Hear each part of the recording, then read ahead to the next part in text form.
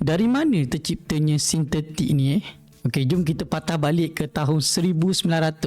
Dekat Paris, ada seorang cendekiawan ni, nama dia Bachelier. Dia keluarkan satu tesis PhD. Nama tesis itu sebagai Theory de la Speculation. Satu teori untuk menjana satu pasaran harga masa depan.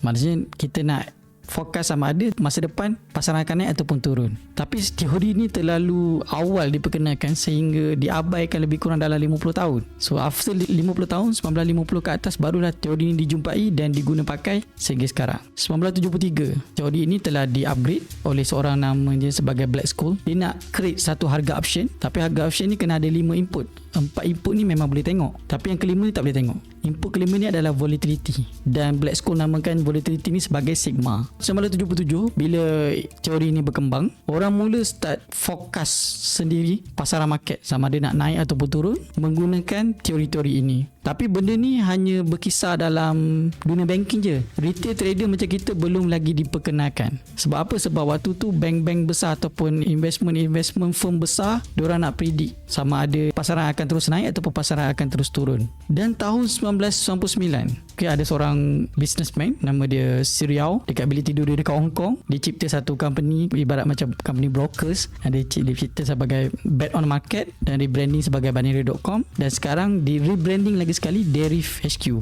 iaitu dekat Cyberjaya sekarang. So aku bukan nak cerita pasal company Deriv ni, cuma company Deriv ni ada kaitan dengan sintetik tadi. Okay, jom kita cerita. Sebelum kripto wujud tahun 2010, company Deriv ni dia ada satu masalah. Klien dia ramai. Okay, klien dia trade lah currency lah, gold lah, apa lagi, stock market. Cumanya instrumen-instrumen ni hanya bergerak pada Isnin sehingga Jumaat saja. So satu Ahad diorang ada masalah, ada request daripada klien, diorang nak trade, tapi market tutup satu Ahad. So businessman Siriau ni dia rasa macam okey, kita kena mencari solution, kita kena bagi juga solution kepada klien yang klien nak trade Sabtu Ahad. Jadi terciptalah pasaran tiruan, iaitu sintetik.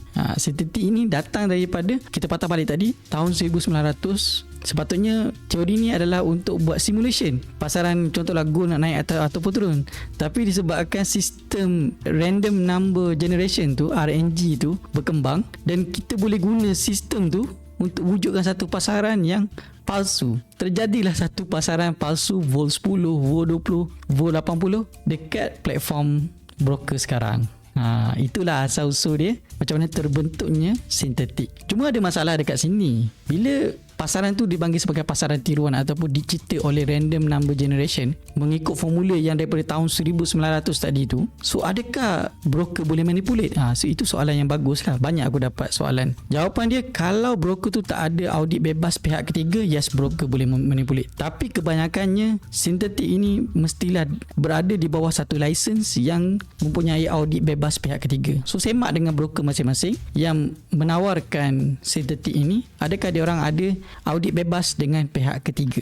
Of course, bila kita sebut pasal pasaran tiruan, memang dia tak akan efek dengan mana-mana news. Tak ada NFP, tak ada FOMC. Cumanya masih lagi korang terikat dengan spread, korang terikat dengan leverage. So pastikan kalau korang nak trade sintetik ni, pastikan korang aware dengan benda-benda tersebut. Sebab leverage tak akan sama, required margin tak akan sama macam korang trade gold. So pastikan bila korang nak trade dekat mana-mana broker, pastikan korang boleh faham konsep ataupun berapa banyak margin yang diperlukan. Okey, aku terus terang, aku kenal sintetik ni dekat Headway. So aku dah cuba beberapa, ada banyak dalam tu.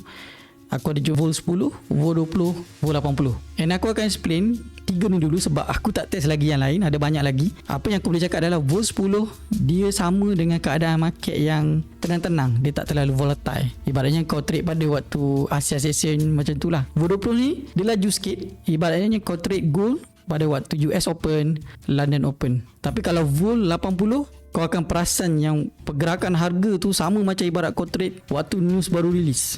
Macam dia boleh bergerak 400 speed, 500 speed dalam masa second, dalam masa beberapa saat je. Itu kelebihan sintetik ni. Dan aku perasan sintetik ni tujuan asal dia adalah untuk memenuhi keinginan trader untuk trade pada hari Sabtu dan Ahad, di mana market tutup. So pada aku, kalau korang nak try sintetik ni, korang boleh cuba dengan volume 10 dahulu. Jangan cuba dengan volume 8. Ini bukan nasihat pelaburan, tapi kalau korang eager untuk try, cubalah dengan volume 10 dahulu. Jangan terus-terus masuk dekat volume 80. Itu dah kira terus masuk you terus gamble lah. So kita tak nak benda tu. Kita nak awak cuba dulu dengan ikut demo, sebab sintetik ni dia tak ada news. So kalau you guys punya teknik trading tu bagus, dan cuba korang try dengan ikut demo, tengok berapa banyak win rate korang. Kalau okay, then you guys faham-faham lah mana nak consider apa kan. Tapi kalau tak okay, yes, korang boleh patah balik dekat goal semula. So macam mana korang nak try tak sintetik, ataupun masih lagi stay dengan goal?